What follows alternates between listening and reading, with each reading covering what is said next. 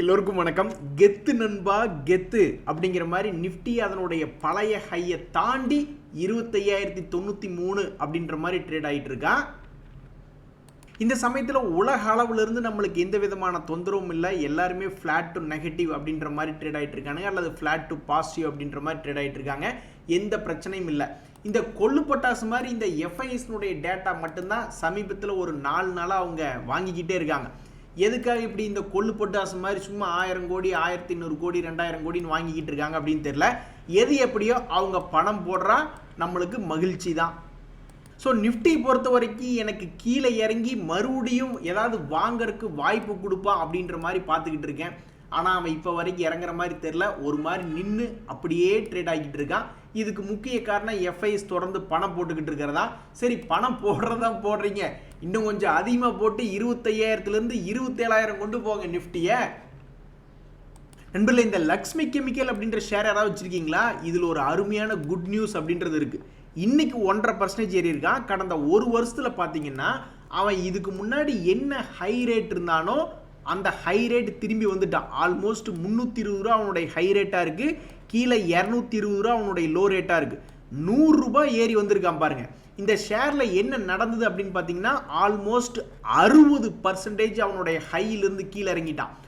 இப்போ 1 லட்ச ரூபா போட்டிருந்தோம்னாக்கா இதனுடைய பணம் இந்த லோனில் வரும்பொழுது வெறும் ஒரு 40,000 ரூபாயா இருந்திருக்கும். ஆனாலும் இந்த ஷேர் மார்க்கெட்டில் என்ன ஒரு கருணை பாருங்க, ஒரு தாய் கிளவி மாதிரி அது நம்மளுக்கு கருணையோடு இருக்குது ஷேர் மார்க்கெட்.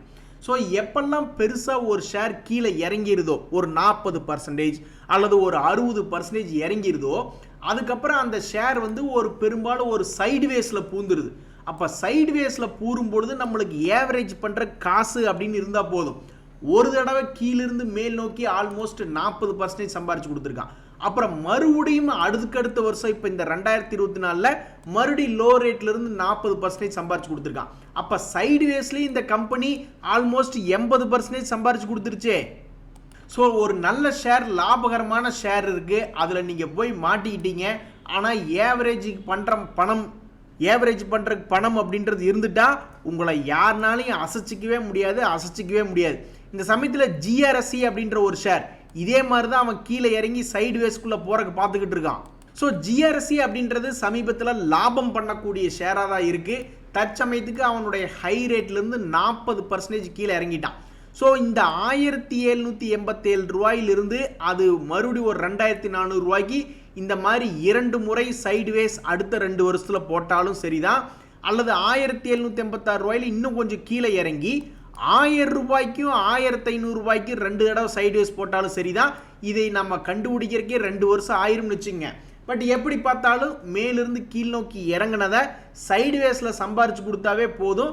இது ஒரு லாபகரமான கம்பெனியாக தான் இருக்குது. லக்ஷ்மி கெமிக்கல் ஷேர் மாதிரியே இவனும் பண்ணி கொடுத்தா ரொம்ப சந்தோஷம்தான். நண்பர்களே, ஷேர் மார்க்கெட்டை பொறுத்த வரைக்கும் கண்ணை மூடி கண்ணை திறக்கிறதுக்குள்ளே நம்ம டக்குன்னு ஒரு டெசிஷன் எடுக்கணும். இல்லைன்னா நம்மளுக்கு வாய்ப்பு அப்படின்றது போயிடும். நான் இந்த என்பிசிசி இந்தியாலாம் வந்து போனஸ் கொடுக்க போகிறாங்க, அது சம்மந்தமாக ஆகஸ்ட் 31 போர்ட் மீட்டிங் நடக்குது அப்படின்ற ஒரு நியூஸ் வந்த உடனே இவன் காலையில் ஓப்பனிங்லேயே 6% ப்ளஸில் தான் ஓப்பன் ஆனான். சரி, எடுக்கலாமா வேண்டாமான்னு யோசிச்சுட்டு இருக்கையிலேயே அவன் ப்ளஸ் 6%லேருந்து 14% போயிட்டான். பொதுவாக இந்த மாதிரி போனஸ் நியூஸ் வரும்பொழுது என்ன நடக்குது அப்படின்னு பார்த்தீங்கன்னா, இந்த சிடிஎஸ்எல் கூட இப்படித்தான் 2200 ரூபா இருக்கும் பொழுது போனஸ் நியூஸ் வந்துச்சு. நியூஸ் வந்தோடனே 2500 போயிட்டான். அதுக்கப்புறம் இப்போ நீங்கள் போய் எடுத்து பார்த்தீங்கன்னு வச்சுக்கோங்களேன், 1:1 போனஸ் கொடுத்துருந்தான். அப்போ 1500 + 1500 3000 ரூபா கணக்காச்சு. 2200 ரூபாய் இருந்த ஷேர் நியூஸ் வந்த அன்னைக்கு 2500 போனால் அது எப்படி பிடிச்சிருக்க முடியாது. பட் இருந்தாலும் 2500லேருந்து இப்போ 3000 ரூபா கணக்குக்கு ஆல்மோஸ்ட் 500 ரூபா ஏறி இருக்குன்னு வச்சுங்களேன். அப்படின்னா என்ன அர்த்தம்? ஒரு 20 to 30% அப்படின்றது ஒரு நல்ல ஷேருக்கு போனஸ் நியூஸில் மேல் நோக்கி ஏறி வருது. அந்த வகையில் இந்த என்பிசிசி இந்தியாவில் துரதிருஷ்டவசமாக என்னாச்சுன்னா இன்னைக்கு ஒரு 6% மட்டும் ஏறி இருந்தான்னா ரொம்ப சந்தோஷமாக இருக்கும். பட் இன்னைக்கு ஒரே நாளில் 14% ஏறிட்டான். ஸோ அந்த கணக்குக்கு இன்னொரு 6% ஏறினா ரொம்ப சந்தோஷம்தான். நண்பர்களே, கையை கொடுங்க. அதாவது ஆனால் இது நிறைய பேருக்கு கிடைக்கல. நிறைய பேர் கமெண்ட் போர்டில் ரொம்ப குறைவான ஆட்கள் தான் இந்த ஓரியன்ட் டெக்னாலஜிஸ் ஐபிஓ கிடைச்சிது அப்படின்ற மாதிரி சொல்லியிருந்தாங்க. அது இன்னைக்கு 40% பக்கம் ப்ராஃபிட்டில் லிஸ்டிங் ஆயிருக்கு. நிறைய பேர் கமெண்ட் பண்ணுறீங்க 100 ஐபிஓக்கு மேலே அப்ளை பண்ணிட்டேன், 120 ஐபிஓக்கு மேலே அப்ளை பண்ணிட்டேன், இன்னும் ஒன்றுமே கிடைக்கலன்னு. நானும் நோட் பண்ணி வச்சுருக்கேன். உங்களுக்கு ஏதாவது ஒரு ஐபிஓ கிடைச்சா வாழ்த்து சொல்லணுன்னு தான் நானும் பார்க்குறேன். இந்த ஐபிஓ கிடைச்சதா இல்லையா அப்படின்றது தெரில. ஸோ இந்த ஓரியன்ட் டெக் ஐபிஓ அப்படின்றது 46% இன்னைக்கு சம்பாரிச்சு கொடுத்துருக்கான். ஆக மொத்தம் 10 நாளுக்குள்ள 46% சம்பாரிச்சு கொடுக்கக்கூடிய பவர் இது போன்ற ஐபிஓக்கள் தான் இருக்குது. ஸோ சமீபத்தில் வந்த 2 ஐபிஓவுமே மாஸ் காமிச்சிட்டான். ஓரியன்ட் டெக்னாலஜிஸ் வந்து கெட்டாலும் மேன்மக்களே அப்படின்ற மாதிரி இது வந்த அன்னைக்கு 15% தான் கிரே மார்க்கெட் ப்ரீமியம் காமிச்சுது. ஆனால் இருந்தாலும் அந்த ஸ்டாக் வந்து ஐடி செக்டரில் இருந்தது, லாபகரமான கம்பெனியாக இருந்தது, ப்ராஃபிட் மேக்கிங் கம்பெனியாகவும் இருக்குது அப்படின்ற ஒரு காரணத்தை பார்த்துக்கிட்டு இருந்தோம். கடைசியில் பார்த்தா கடைசி 2 நாளில் பிக்கப் ஆகி இப்போ கிரே மார்க்கெட் ப்ரீமியம் ஆல்மோஸ்ட் 40% அப்படின்றதுல வந்து லிஸ்ட் ஆயிருக்கு. இதில் இந்த பிரீமியர் எனர்ஜிஸ் தொடர்ந்து மிகப்பெரிய ஆளாக இருந்துகிட்டு இருக்கா. இந்த ஐபிஓ இன்னும் ஓப்பனில் இருக்குது. இன்னைக்கு புதுசாக ஓப்பன் ஆகிருக்கக்கூடிய ஐபிஓ என்ன அப்படின்னு பார்த்தீங்கன்னா ஈகோஸ் இந்தியா மொபிலிட்டி அப்படின்ற ஐபிஓ. இந்த ஈகோஸ் இந்தியா மொபிலிட்டி அப்படின்ற ஐபிஓ என்ன பண்ணுது, மொத்தம் எவ்வளவு பணத்துக்காக வர்றாங்க அப்படின்னு பார்த்தீங்கன்னா 601 கோடி பணம் திரட்டுறதுக்காக வர்றாங்க. 334 ரூபா அப்படின்ற ஒரு ரீசனபிளான ப்ரைஸில் வர்றாங்க. இந்த 334க்கு அப்ளை பண்ணால் தான் கிடைக்கும். கடைசி நாள் ஆகஸ்ட் 30. இந்த கம்பெனி வந்து 35% வந்து ரீட்டைல்ஸுக்கு ஆஃபர் பண்ணுறாங்க. இவங்க என்ன சர்வீஸ் பண்ணுறாங்க அப்படின்னு பார்த்தீங்கன்னா கார் ரெண்டல் சர்வீஸ் ப்ரொவைடராக இருக்காங்க. அது என்னப்பா இந்த பிஸ்னஸ் இல்லை லாபம் வருமா அப்படின்னு கேட்டால் லாபம் பண்ணிக்கிட்டு தான் இருக்காங்க. இப்போ வரைக்கும் அந்த கம்பெனி ஒரு லாபகரமாக தான் இயங்கி கொண்டிருக்கிறது. இந்த கம்பெனியினுடைய அவன் எந்த சர்வீஸ் கொடுத்தா என்னங்க, நீ ஹாஸ்பிட்டலுக்கு கார் ஓட்டு, இல்லைன்னா வேறு எங்கே வேணாலும் கார் ஓட்டு, எந்த பிஸ்னஸ் வேணாலும் பண்ணு. எங்களை பொறுத்த வரைக்கும் நீ கிரே மார்க்கெட் ப்ரீமியம் எந்த அளவுக்கு இருக்குது அப்படின்னு பார்த்தா ரொம்பவுமே டிஃப்ரெண்ட்டாக ஆச்சரியகரமான வகையில் 58% அப்படின்ற அளவில் இது கிரே மார்க்கெட் ப்ரீமியம் கணிக்கப்படுகிறது. ஸோ இப்போ இருக்கக்கூடிய 2 ஐபிஓக்களுமே, அதாவது லிஸ்டான 2 ஐபிஓமே 40%க்கு மேலே சம்பாரிச்சு கொடுத்துட்டான். கிரே மார்க்கெட் ப்ரீமியம் என்ன இருந்ததோ அதை விட அதிகமாக தான் லிஸ்ட் ஆயிருக்கு. இப்போ பிரீமியர் எனர்ஜிஸ் ஐபிஓவும் 79% கிரே மார்க்கெட் ப்ரீமியம் இருக்குது, அதை விட அதிகமாக வந்து லிஸ்ட் ஆகுதா. அதே மாதிரி இந்த ஈகோஸ் அப்படின்றதுனுடைய கிரே மார்க்கெட் ப்ரீமியம் 58. ஸோ இப்போ இருக்கக்கூடிய ஐபிஓக்கள் எல்லாமே பரவாயில்லை அப்படின்ற மாதிரி இருக்குது கிரே மார்க்கெட் ப்ரீமியம் பொறுத்த வரைக்கும். நண்பர்களே, என்கிட்ட இருந்த நிறைய ஷேர்களில் வந்து பைபேக்கில் இருந்த ஷேர்களில் எல்லாத்தையுமே பிடிச்சி அப்ளை பண்ணி விட்டேன். நீங்கள் யாராவது அப்ளை பண்ணாமல் இருக்கீங்க அப்படின்னா அப்ளை பண்ணுற மாதிரி இருந்தால் அதுக்கு உண்டான லாஸ்ட் டேட்லாம் கிராஸ் ஆகிட்டே இருக்குது. அதனால் பார்த்து அப்ளை பண்ணி விட்ருங்க. நண்பர்களே, ஜியோ ஃபினான்ஷியல் ஷேர்ஸ் வந்து எப்போ 1500 ரூபா வருதோ அப்போ தான் நான் பல்காக வாங்கி வச்சிருக்கிறேன், அப்போ கொடுப்பேன் அப்படின்னு ஒரு நண்பருக்கு வந்துக்கிட்டு இருக்காரு. இப்போ அது 327 ரூபா தான் இருக்குது. ஆக்சுவலாக இந்த ஷேர்னுடைய விலை 200 ரூபாய் ரேஞ்சில் சுற்றிக்கிட்டு இருந்தால் திடீர்னு அந்த பேடிஎம்மில் அதனுடைய லைசன்ஸை வந்து பறிக்கப்படுகிறது அப்படின்ற மாதிரி ஒரு நியூஸ் வந்த உடனே அந்த சமயத்தில் எகிரி குதிச்சு ஏறினவன் தான். ஸோ நியூஸுக்கு ஏறினவன் தான் இந்த ஜியோ ஃபினான்ஷியல் சர்வீசஸ் அப்படின்ற ஷேர். அவனுடைய பர்ஃபார்மன்ஸ்னால இது வரைக்கும் அவன் ஏறி வரல. ஸோ இவன் எப்போ 300 ரூபாயிலிருந்து 1500 ரூபா போக போகிறான்னு தெரில. போகும்பொழுது அந்த நண்பர் ஆஹா நான் ஜெயிச்சிட்டேன் மாறா அப்படின்னு வரப்போகிறாரு. அவருக்கு சீக்கிரம் 1500 வர்றதுக்கு வாழ்த்துக்கள். நண்பர்களே, இந்த யூபிஎல் ஷேர் பற்றி உங்களுக்கு ஞாபகம் இருக்கா? அவன் பாட்டுக்கு செங்குத்தாக கடப்பாறை தூக்கி தண்ணிக்குள்ளே போட்டால் எப்படி போவோமோ அதே மாதிரி கீழ் நோக்கி போய்கிட்டே இருந்தான். அதுக்கப்புறம் அவன் கொலாபரேஷன் பண்ணி ஏதோ ஒன்று ப்ரொடக்ஷன் பண்ண போகிறோம் அப்படின்ற மாதிரி நியூஸ் வந்ததுக்கப்புறம் அந்த நியூஸுக்காக கொஞ்சம் மேல் நோக்கி ஏறி வந்தது தான் இந்த யூபிஎல் ஷேர். இந்த யூபிஎல் ஷேரில் மறுபடியும் இப்போ இன்னொரு நியூஸ் அப்படின்றது வருது. இந்தோனேஷியாவில் ஒரு கம்பெனியில் இன்னொரு அடிஷ்னலாக 20% ஸ்டேக் நாங்கள் வாங்கியிருக்கோம் அப்படின்ற மாதிரி ஒரு நியூஸ் வருது. ஆனால் இந்த அக்வஷனுக்கெல்லாம் அவங்க பண்ண செலவு அப்படின்னு பார்த்தோம்னா ரொம்ப குறைவான செலவு தான், வெறும் $7 மில்லியன் அமெரிக்க டாலர் தான். ஸோ சின்ன டீல் தான். பட் இருந்தாலும் நம்மளுக்கு இதே மாதிரி தான் இதுக்கு முன்னாடி ஒரு சின்ன டீல் வந்தது. அப்போ 400 ரூபா ரேஞ்சிலிருந்து 600 ரூபா வரைக்கும் வந்தான். இப்போ என்ன ஆயிருக்கு அப்படின்னு பார்த்தீங்கன்னா இந்த ஷேர் 2 days மூவிங் ஆவரேஜை தாண்டி இருக்கு. இவனுடைய ஹை எண்ட் பேட்டர்ன் அப்படின்றது 700 ரூபா வரைக்கும் இருக்குது. ஏதோ இந்த நியூஸை வச்சுக்கிட்டு 700 ரூபா வந்துச்சுன்னா பாவம் இந்த ஷேரில் 1 வருஷத்துக்கு முன்னாடி 2 வருஷத்துக்கு முன்னாடி பணம் போட்டவங்களுக்கெல்லாம் கொஞ்சம் மகிழ்ச்சியாக இருக்கும். வாங்கின வேலை வந்துருச்சுடா சாமி, ஆளை விடுறா சாமி அப்படின்ற மாதிரி இருக்கும். நண்பர்கள், இந்த சமயத்தில் ஜென்சால் இன்ஜினியரிங் அப்படின்ற ஷேர் பற்றி யாராவது தெரிஞ்சு வச்சுருக்கீங்களா? இந்த ஷேர் வந்து ஒரு ஃபோக்கஸில் இருக்கக்கூடிய செக்டரில் தான் இருக்குது. சோலார் கன்சல்டிங் அண்ட் இபிசி அப்படின்றது இருக்குது.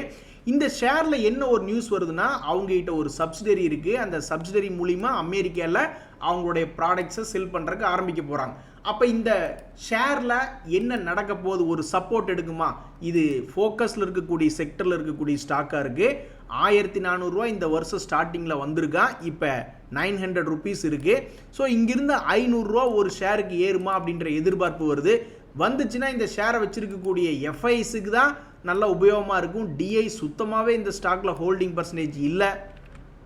இருந்தாலும் இதனுடைய ப்ராஃபிட் ஏர்னிங்ஸ் க்ரோத் அப்படின்றதெல்லாம் பார்க்கும்போது ரொம்ப அழகாக இருக்குது. ஏன் டிஐஸ் இந்த ஸ்டாக் பக்கம் வரல அப்படின்றது தெரில. எப்படி பார்த்தாலும் இந்த ஸ்டாக் கடந்த 5 வருஷத்தில் என்ன பண்ணி வச்சுருக்கேன் அப்படின்னு பார்த்தோம்னா, நல்ல ஒரு அருமையான லாபம். 24 ரூபா 40 ரூபா இருந்த ஸ்டாக் 2022 இப்போ 1000 ரூபா பக்கத்தில் ட்ரேட் ஆகிட்டு இருக்கான். எல்லாத்துக்கும் காரணம் இவன் இருக்கக்கூடிய செக்டரும் இவனுடைய ப்ராஃபிட் ஏர்னிங்ஸ் க்ரோத்தும் தான். ஆனால் டிஐசியே இதில் பங்கெடுத்துக்கவே இல்லை அப்படின்றது ரொம்பவுமே ஆச்சரியமாக இருக்குது. நண்பர்களே, ஒரு காலத்தில் போட்டி இந்த இன்ஃபிபீம் அப்படின்ற ஷேரை ஏற்றி விட்டாங்க. உங்களுக்கு ஞாபகம் இருக்கா? எனக்கெல்லாம் ஞாபகம் இருக்குது. வெறும் 12 ரூபாயில் ஒரு மாதிரி பார்த்துக்கிட்டு இருந்தோம். 12 ரூபாயிலிருந்து ஆல்மோஸ்ட் 42 ரூபாயில் ஏற்றி விட்ட ஷேர் இப்போ 2 days மூவிங் ஆவரேஜ் பக்கத்தில் வந்து நின்று ட்ரேட் ஆகிட்டு இருக்கான். இந்த சமயத்தில் இந்த ஷேரில் ஒரு நல்ல நியூஸ் அப்படின்றது வருது. பட் அந்த நியூஸில் வந்து எவ்வளவு ஆர்டர் வேல்யூ அப்படின்றது தெரில. பட் இவங்க என்ன சொல்கிறாங்கன்னா, எங்களுக்கு சில கான்ட்ராக்ட்ஸ் கிடைச்சிருக்கு. எதுக்கு அப்படின்னா, இந்த ஹாஸ்பிட்டல்ஸ், கேஸ் ஸ்டேஷன்லாம் யூஸ் ஆகக்கூடிய ஆர்டிஃபிஷியல் இன்டெலிஜென்ஸ் ஃபெசிலிட்டி மேனேஜர் அப்படின்ற ப்ராடக்ட்டுக்கு எங்களுக்கு ஆர்டர் கிடைச்சிருக்கு அப்படின்ற ஒரு நியூஸ் வருது. இந்த நியூஸ் மூலிமா இந்த ஷேர் இன்னைக்கு மேலே ஏறி இருக்கா அப்படின்னு பார்த்தா ஒரு 1.5% ஏறி இருக்கு. நம்மளுக்கு ஆர்டர் கிடைச்சிருக்கு அப்படின்றது பாசிட்டிவ் நியூஸ் தான். இருந்தாலும் அது எவ்வளவு கோடி என்ன ஏதுன்ற டீட்டெயில் கிடைச்சதுன்னா இன்னுமே சுவாரஸ்யமாக இருந்திருக்கும். எப்படி பார்த்தாலும் இந்த ஷேரை ஒரு காலத்தில் போட்டி போட்டு வாங்கி 40 ரூபாய்க்கு லாக் ஆனவங்களுக்கெல்லாம் மறுபடியும் இந்த ஷேர் இந்த நியூஸை வச்சுக்கிட்டு 30 ரூபா to 40 ரூபா வந்துச்சுன்னா ரொம்ப சந்தோஷம்தான். யோ ஏன் இப்படி பண்ணுறீங்க அப்படின்ற மாதிரி இப்போ தான் நான் உச்சத்துக்கு வந்தேன், உடனே ஒரு பாயாசமா அப்படின்ற மாதிரி இந்த ஐசிசி ப்ரொடென்ஷியல் ஷேர் எடுத்து பார்த்தோன்னு வச்சிங்களேன், அது இப்போ தான் சந்தோஷமாக வந்து உச்சத்தில் நின்று ஆடிக்கிட்டு இருக்கு. கடந்த வருடங்களெல்லாம் பார்த்தீங்கன்னா நல்லா சரிவடைஞ்சு கிடஞ்சா. 2021, 22, 23 சரிவடைஞ்சு இப்போ தான் அவன் சிவனேன்னு ஒரு நல்ல ஒரு உச்சத்துக்கு வந்திருக்கான். இந்த சமயத்தில் அவங்களுக்கு ஒரு நோட்டீஸ் வருது. Deputy commissioner of state tax மகாராஷ்டிராவிலேருந்து என்ன ஒரு நோட்டீஸ் வருது அப்படின்னு பார்த்தீங்கன்னா, ஆல்மோஸ்ட் நீங்கள் 429 கோடி பணம் கட்ட வேண்டியது இருக்குது அப்படின்ற மாதிரி ஒரு நியூஸ் வந்திருக்கு. இந்த நியூஸை தொடர்ந்து அந்த ஷேர் இன்னைக்கு வந்து ரொம்ப ஸ்லோவாக தான் இருக்குது. ஸோ இந்த ஷேரை வச்சிருக்கிறவங்க இந்த நியூஸை தொடர்ந்து வாட்ச் பண்ணிக்கிட்டே இருங்க. நண்பர்களே, பிஎன்சி இன்ஃப்ராடெக் அப்படின்ற ஷேர் யாராவது வச்சிருக்கீங்களா? அதில் ஒரு சந்தோஷமான நியூஸ் வருது. 380 கோடி மதிப்பிலான ஒரு ப்ராஜெக்ட்டுக்கு இவங்க தான் லோயஸ்ட் பிட்ராக இருக்காங்க. அப்போ பெரும்பாலும் அவங்களுக்கு தான் கிடைக்கும். இந்த ஜைடஸ் லைஃப் சயின்ஸ்னுடைய ஷேர் ப்ரைஸ் வந்து கொஞ்ச நாளாக தடுமாற்றமாக இருந்தது. இன்றைக்கி ஒரு 1.5% ஏறி இருக்கான். இந்த ஒரு வருஷ பீரியடில் பார்த்தோம்னா அவன் ஏற்கனவே கொஞ்சம் ப்ராஃபிட் புக்கிங் பண்ணி கொஞ்சம் கீழ் நோக்கி இறங்கியிருக்கான். அப்படி என்ன இதுக்கு ஒரு நல்ல நியூஸ் அப்படின்னா, இவங்களுடைய ஒரு ப்ராடக்ட்டுக்கு ஃபைனல் அப்ரூவல் அப்படின்றது அமெரிக்காவில் கிடைச்சிருக்கு. நண்பர்களே, இந்த எஸ்பிஐ கார்ட்ஸுக்கு என்னைக்காவது ஒரு நல்ல நியூஸ் வராதா, உங்களுக்கு சொல்லக்கூடாதா அப்படின்ற மாதிரி நான் காத்துக்கிட்டு இருந்தேன். ஆனால் இப்போ நல்ல நியூஸ் அப்படின்றது வரல. தினேஷ் காரா அப்படின்றவர் சேர்மன், நான் எக்ஸிக்யூட்டிவ் டைரக்டராக இருக்கிறவர், எனக்கு இந்த வேலை வேண்டாம் அப்படின்ற மாதிரி ரிசைன் பண்ணிட்டாரு. சரி, இந்த நியூஸ் இம்பேக்ட்னால இந்த ஷேர் ஏறி இருக்கா பெருசாக அல்லது பெருசாக இறங்கியிருக்கான்னா, இன்றைக்குமே அதில் எந்த விதமான இம்பேக்டும் இல்லை. வெறும் 2 ரூபா ஏறி இருக்கான். இதை வச்சு ஒரு டீயும் பண்ணு கூட வாங்க முடியாதுன்ற நிலமை. பட் எனிவே, போன வருஷம் ஒரு நம்பிக்கை இருந்தது தீபாவளி சமயத்தில் கீது இவன் ஏறுவானா அப்படின்ட்டு. அப்போ உங்களுக்கு பெருசாக நடக்கலை. இந்த தீபாவளிக்காவது இவன் ஏதாவது பண்ணுவானா அப்படின்றத நீ பொறுத்து இருந்தால் பார்க்கணும். ஸோ 2023 ஃபுல்லாகவே எதுவும் பவுன்ஸ் இல்லை பெருசாக. இப்போ 2024 நேர்கோட்டில் ட்ரேட் ஆகிட்டு இருக்கான். ஸோ தீபாவளி ஒன்று தான் இவனுக்கு இந்த வருஷத்தில் ஒரு ஹோப்பை நான் பார்க்குறேன். நண்பர்களே, இண்டஸ் டவர் அப்படின்ற ஷேரில் ஒரு அருமையான விஷயம் நடந்திருக்கு. பாரதி ஏர்டெல் வந்து முதல்லயே இந்த ஸ்டாக்ல வந்து ஆல்மோஸ்ட் 48.95% அப்படின்ற ஹோல்டிங் பண்ணி வச்சுட்டு இருந்தாங்க. இப்போ பைபேக் நடந்ததுனால இவங்களுடைய பர்சன்டேஜ் ஆஃப் ஹோல்டிங் அப்படின்றது 50 தாண்டி இது வந்து அவங்களுடைய சப்சிடரி ஆயிடுச்சு. ஒரு பெரிய ஆளுக்கு அடியில் இருக்கிறது ஒரு சந்தோஷமான விஷயம் தான். அந்த வகையில் இந்த கம்பெனி மேலும் ஏறுமா? ஏன்னா இப்போ கூட பாருங்கள், சமீபத்தில் வெறும் 200 ரூபா ரேஞ்சில் இருந்தவன் பணத்தை டபுள் பண்ணி விட்டு 450 ரூபா வந்துட்டான். சீக்கிரம் 1000 ரூபா போச்சுன்னா ரொம்ப சந்தோஷம் தான். நண்பர்களே, உங்களுக்கு தெரியாது இல்லை, இந்த போனஸு ஸ்பிளிட்டு அப்படின்றலாம் வரும்பொழுது சில ஷேர்கள் நல்லா ஏறிட்டு இருக்கிற ஷேர்கள் குப்புன்னு கீழே விழுந்துருவான். அந்த வகையில் இந்த கெயில் அப்படின்ற ஷேர் வந்து தொடர்ந்து மேல் நோக்கி ஏறிட்டே இருந்தா. அந்த குஜராத் அம்புஜா எக்ஸ்போர்ட் லிமிடெட் அப்படின்ற ஷேர் அப்புறம் என்னாச்சு, இந்த கம்பெனிக்கு ஸ்பிளிட்டு அப்படின்னு சொல்லி ஒரு பாயாசத்தை போட்டு விட்டாங்க. ஸோ ஏறிக்கொண்டே இருந்த கம்பெனி ஸ்பிளிட் அப்படின்ற ஒரு நியூஸுக்கு அப்புறம் சொங்கின்னு கீழே இறங்கிட்டான். இறங்கினதுக்கப்புறம் இப்போ என்ன ஆகுது அப்படின்னு பார்த்தீங்கன்னா, அவனுடைய குறிப்பிட்ட 2023 2022 இருந்த ப்ரைஸ் ரேஞ்சுக்கு வந்து அங்கே கொஞ்சம் சப்போர்ட் எடுக்கிறான். இவனுடைய வாழ்க்கையில் மறுபடியும் ஒரு வசந்த காலம் வீச போகுது அப்படின்னா அப்போ மறுபடியும் 200 ரூபா வருவானா அப்படின்ற ஒரு கேள்விக்குறி வருது. ஸோ இந்த குஜராத் அம்புஜா எக்ஸ்போர்ட்ஸ் அப்படின்ற ஷேர் சப்போர்ட்டில் இருக்குது. இங்கிருந்து ஏறினா ரொம்ப சந்தோஷம் தான். இந்த ஜிஎம் ஃபால்டர் ஷேர் யாராவது வச்சுருக்கீங்களா? இதுக்கு தான் பெரிய ஆளுங்க வச்சுருக்கக்கூடிய ஷேர்ஸை, இன்ஸ்டியூஷன்ஸ் வச்சுருக்கிற ஷேரை வச்சுருந்தோம்னா திடீர்னு அதிர்ஷ்டம் அடிக்கும். இன்றைக்கி அதில் பிளாக் டீல்னு சொல்லி அதை நல்லா இன்றைக்கி மேல் நோக்கி ஏற்றி விட்டாங்க. அதே மாதிரி இன்றைக்கி ரிசல்ட்ஸ் அப்படின்றதுல இந்த ஹெச்எம்இ அக்ரோ பற்றி என்றைக்கு எந்த ஒரு நியூஸ் வந்தாலும் சொல்லுங்கன்னு ஒரு நண்பர் சொல்லியிருந்தாரு. அந்த ஹெச்எம்இ அக்ரோவில் இன்றைக்கி ஒரு நியூஸ் வந்திருக்கு. என்ன நியூஸ்னால் அதனுடைய ரிசல்ட். இதை தொடர்ந்து அதில் ப்ரைஸ் மூவ்மெண்ட் ஹெவியாக இருந்ததுன்னா ரொம்ப சந்தோஷம் தான். விப்ரோ ஷேர் இன்றைக்கி என்றைக்கும் இல்லாத திருநாளாக இன்றைக்கி ஒரு 3% மேல் நோக்கி ஏறி வந்திருக்கான். இதுக்கு ஒரு முக்கியமான காரணம் என்ன அப்படின்னு பார்த்தா, அவங்களுடைய அனௌன்ஸ்மெண்ட் ஒன்று வெளியிட்டது தான். அவங்க டெல் அது கூட வந்து அவங்களுடைய பார்ட்னர்ஷிப்பை ஸ்ட்ரென்தன் பண்ண போகிறாங்க அப்படின்ற ஒரு நியூஸ் வந்த உடனே இன்றைக்கி அது ஒரு 3% மேல் நோக்கி ஏறி இருக்கு. நண்பர்களே, 2 ஷேர் சப்போர்ட்டில் இருக்கான். அங்கேருந்து தொடர்ந்து சப்போர்ட் எடுத்து மேல் நோக்கி மேலே வருமா அப்படின்ற ஒரு எதிர்பார்ப்பு வருது. ஒன்று என்னென்னா ஆப்டஸ் ஷேர், இன்னொரு ஷேர் பிர்லா சாஃப்ட். அட ஒரு 10% கொடுத்தீங்கன்னா நீ என்ன குறைஞ்சா போயிடுவே அப்படின்ற மாதிரி இந்த ஆப்டஸ்லாம் இதுக்கு முன்னாடி ஏறி இறங்கின கம்பெனி தான். பட் இப்போ சப்போர்ட்லேருந்து இன்னும் ஏறாமல் இருக்கான். ஒரு 10% கொடுத்தான்னா கூட சந்தோஷமாக இருக்கும். அதே மாதிரி தான் இந்த பிர்லா சாஃப்ட் அப்படின்ற ஷேர், அவன் கொஞ்சம் கொஞ்சமாக ஏறி வந்துட்டான். அவன் சப்போர்ட்லேருந்து கொஞ்சம் கொஞ்சமாக ஏறி வந்தாலும் இன்னொரு 10% ஏறி ஒரு 750 ரூபா போச்சுனாக்கா இன்னுமே ரொம்ப மகிழ்ச்சியாக இருக்கும். இந்த சூழ்நிலையில் ஒரு சப்போர்ட்டில் இருக்கும்போது தான் பணம் போட்டு பார்க்கணும், ஒரு அட்டம்ப்ட் அடித்து பார்க்கணும் அப்படின்றது என்னுடைய கருத்து. ஏன்னா இப்படி நடுவில் போய் கொண்டான்னு வச்சிங்களேன், தொடர்ந்து இங்கிருந்து ஏறுவானா இல்லை மறுபடியும் இறங்கிடுவானா அப்படின்றது நம்மளுக்கு தெரியாது. அதனால் என்றைக்குமே கரண்டியை அடியாப்பில் விட்டு ஏதாவது ஒரு எலும்பு கறி கிடைக்குதா அப்படின்ற மாதிரி தான் பார்க்கணும். இன்றைய தகவல் அனைத்தும் உங்களுக்கு உதவியாக இருந்ததுன்னா எனக்கு சந்தோஷம்தான். ரொம்ப நன்றி, வணக்கம்.